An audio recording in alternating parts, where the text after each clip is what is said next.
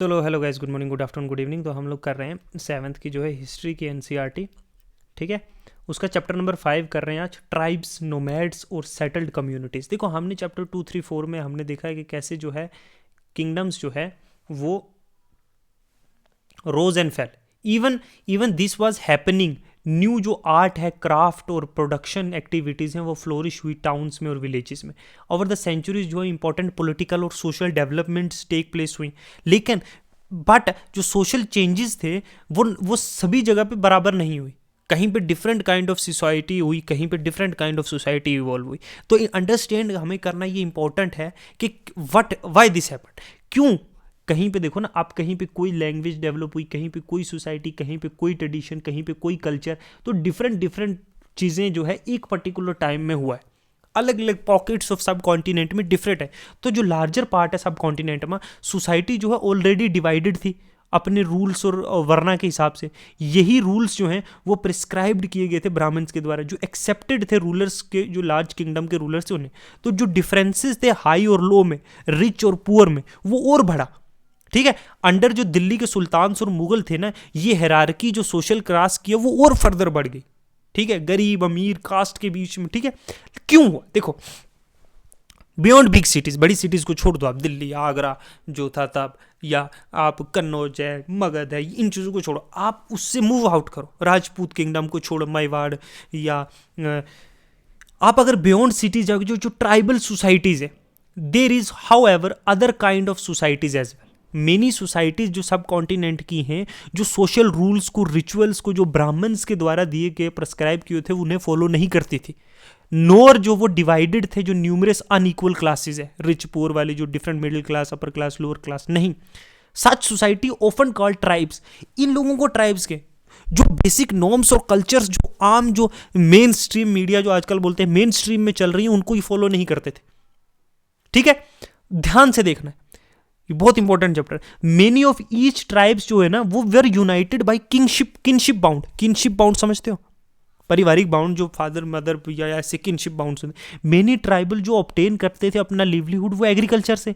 याद देखते रहना, अदर जो थे कुछ हंटर गैदरर्स भी थे, हर्डर्स भी थे, जो भेड़ बकरे ये भी चराते थे, माल रखते थे, पशु पक्षी, है ना।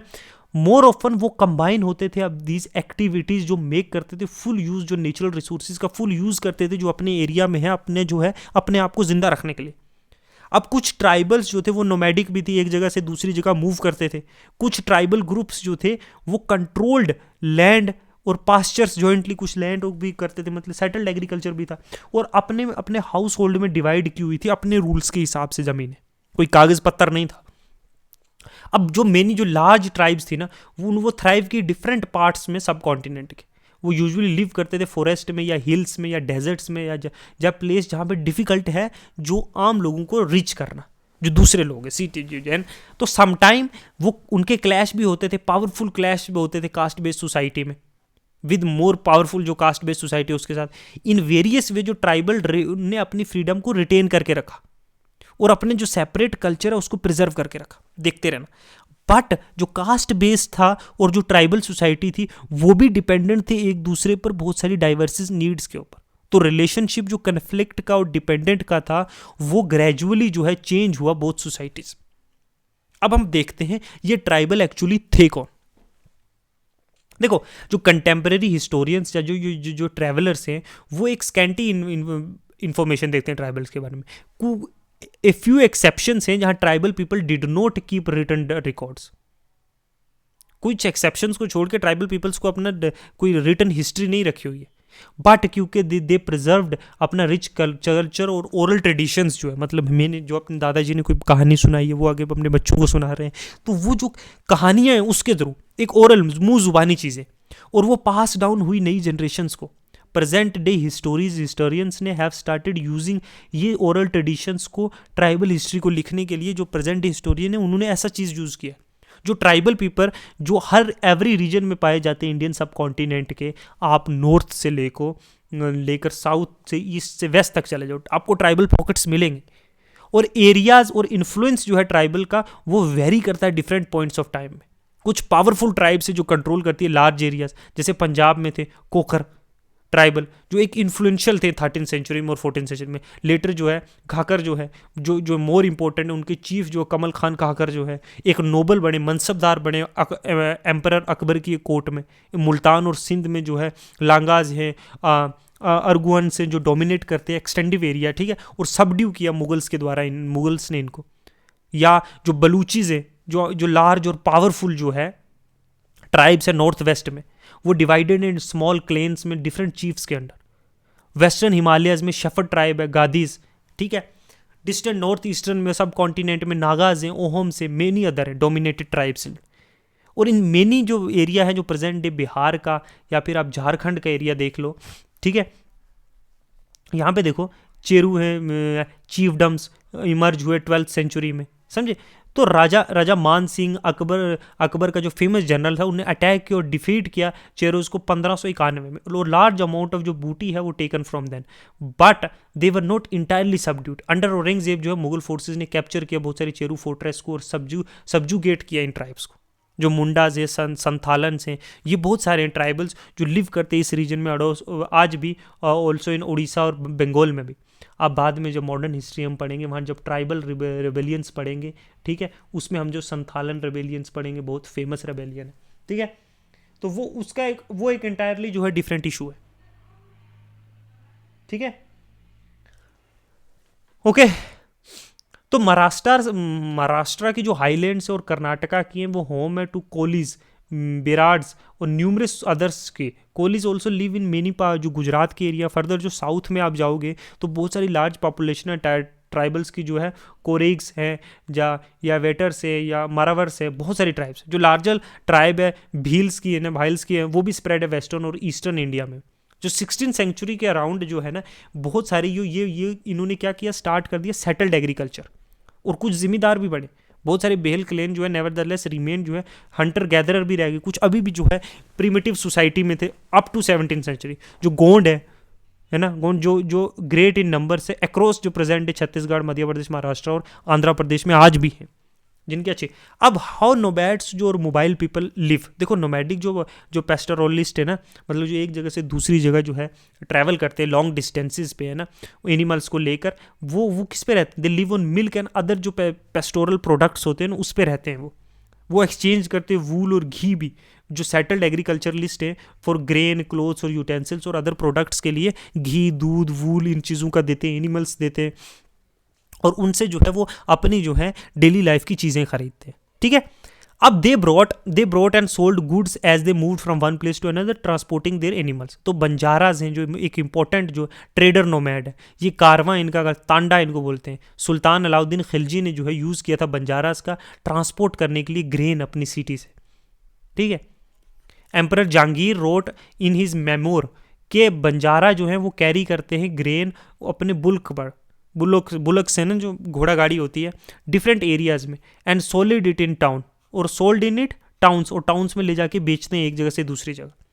तो वो ट्रांसपोर्ट करते फूड ग्रेन। मुगल आर्मी का भी ड्यूरिंग जब मिलिट्री कैंपेन होता था, आर्मी 1 लाख बुलक कैरी करते थे ग्रेन्स, ठीक है। तो इस तरीके से ये एडमिनिस्ट्रेशन में भी बहुत बार हेल्पिंग हैंड जो है प्रोवाइड किया है। बहुत सारे पेस्टोरल ट्राइब थे, वो रेयर और सोल्ड करते थे एनिमल्स, जैसे cattle, horses. Prosper people different caste के जो है, या पैटी पैडलर है जो ट्रैवल करते थे एक विलेज से दूसरी विलेज की तरफ।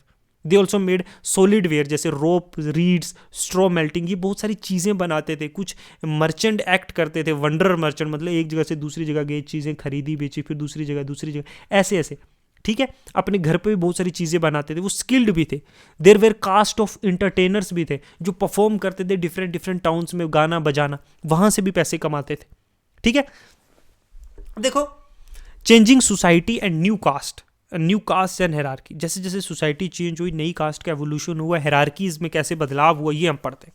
देखो, जैसे ही as the economy and the need जो सोसाइटी की ग्रो करती है ना, जो पीपल न्यू स्किल्स वाले होते हैं वो रिक्वायर्ड होते हैं। स्मॉलर कास्ट या जाति जो है वो इमर्ज होती हैं विद इन वर्ना। जब इकोनॉमी को और सोसाइटी ग्रो होती है ना, तो नई स्किल्स की चीज़ें लोगों को चाहिए। जब एक्सपैंड होती है सोसाइटी, तो बहुत सारी जो छोटी कास्ट है ना, जाति से, वो इमर्ज होती है वर्ना से। फॉर एग्जाम्पल, अगर नई कोई कास्ट इमर्ज हुई है ब्राह्मण्स में, ठीक है। ऑन दी अदर हैंड, जैसे बहुत सारी ट्राइबल और सोशल ग्रुप्स जो हैं वो कास्ट बेस्ड सोसाइटी को टेकअप करते हैं, और अपना स्टेटस जाति का जो है गिव अप कर देते।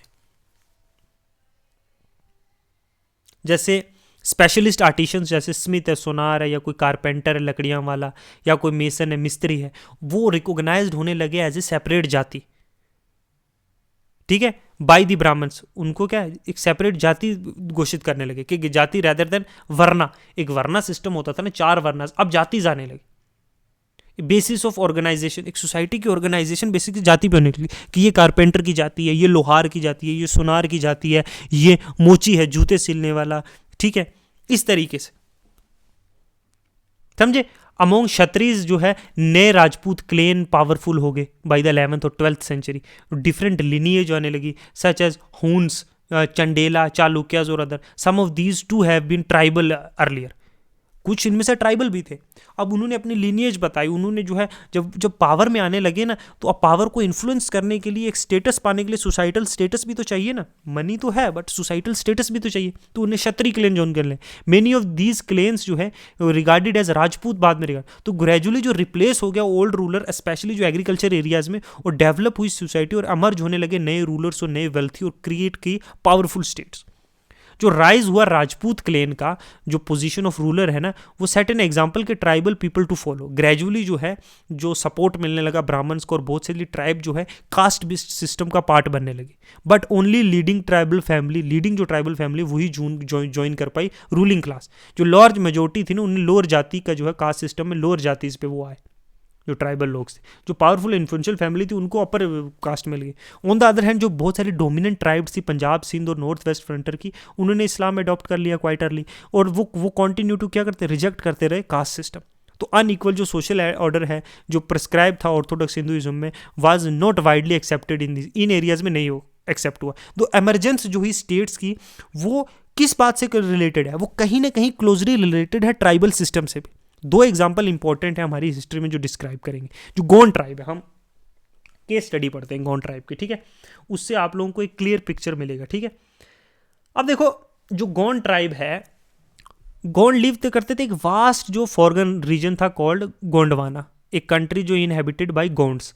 वो शिफ्टिंग कल्टीवेशन प्रैक्टिस करते थे। मैंने आपको शिफ्टिंग कल्टीवेशन ज्योग्राफी में बड़ा तगड़ा एक्सप्लेन किया हुआ क्लियरली और कॉम्प्रिहेंसिवली। आप प्लेलिस्ट में जाओ, ज्योग्राफी की प्लेलिस्ट जाओ 6 to 12th, ठीक है, आप पूरा कोर्स वहाँ देख सकते हो। वहीं पे हिस्ट्री की भी है और सारी पॉलिटी की भी है, और इंडियन पॉलिटी भी साथ साथ में चल रही है। तो जो गोंड ट्राइब थी वो डिवाइडेड थी स्मॉलर क्लेन्स में, हर क्लेन का अपना राजा या राय होता था।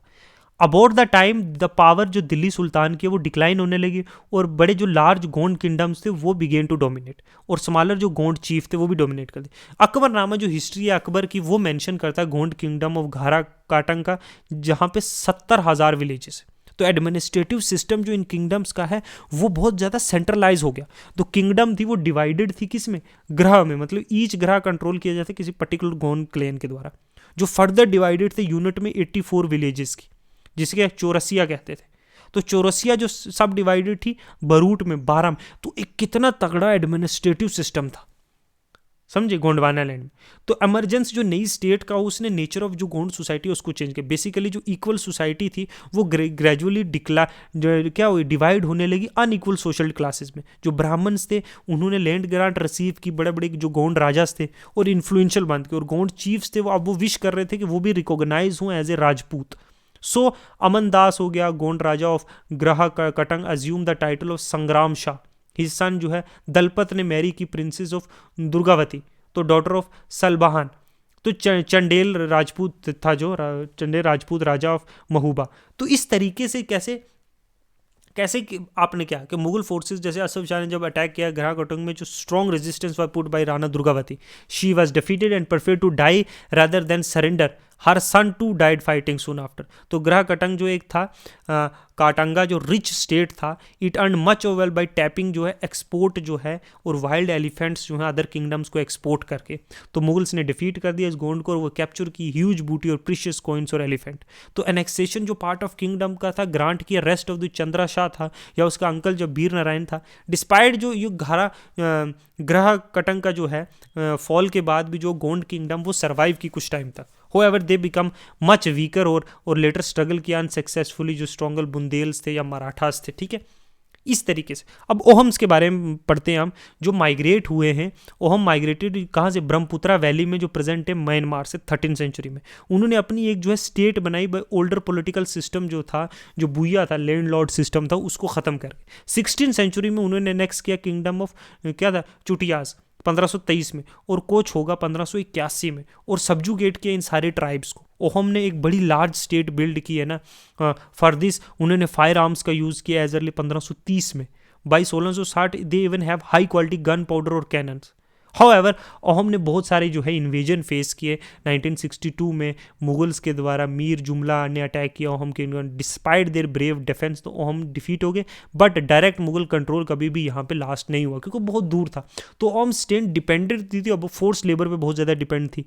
तो the force to work for state under paiks, मतलब एक सेंसस थी ऑफ पॉपुलेशन ली जाती थी। हर विलेज से जो है नंबर ऑफ पाइक्स जो है वो रोटेशन पे भेजे जाते थे, स्लेव्स। ठीक है, पीपल जो है हैविली पॉपुलेटेड एरिया के थे, वो शिफ्ट होने लगे लेस पॉपुलेटेड एरिया में। तो Ahom kingdom with those broken up by the first half, जो 17th सेंचुरी का था, जो एडमिनिस्ट्रेशन बहुत ज़्यादा कमज़ोर होगी, और वो ऑलमोस्ट जितने भी अडल्ट मेंबर थे जो सर्व करते थे आर्मी में during the war, eight other time वो इंगेज थे बिल्डिंग में डैम्स, इरीगेशन सिस्टम और अदर पब्लिक वर्क्स में। तो ओहम जो इंट्रोड्यूस किया एक नया सिस्टम ऑफ राइस कल्टिवेशन। ठीक है, ओहम सोसाइटी डिवाइडेड थी क्लेन्स में, जिसको खेल्स भी कहते थे, जो बड़ी were few caste of artisans भी थी। तो आर्टिशंस जो ओहम एरियाज में थे और एडजॉइनिंग किंगडम्स में थे। तो खेल जो है, खेल कहते थे किसको? क्लेन्स को, जो कंट्रोल किए जाते थे सेवरल विलेजेस के द्वारा। पीजेंट्स जो थे, peasant was given land by his village community. तो इवन जो किंग था could not take away without community के कंसेंट के सिवाय जो है ना, वो ज़मीन नहीं ले सकता। ओरिजिनली जो ओहम जो है, ओहम अब किस गॉड वर्शिप करते थे? ट्राइबल गॉड को।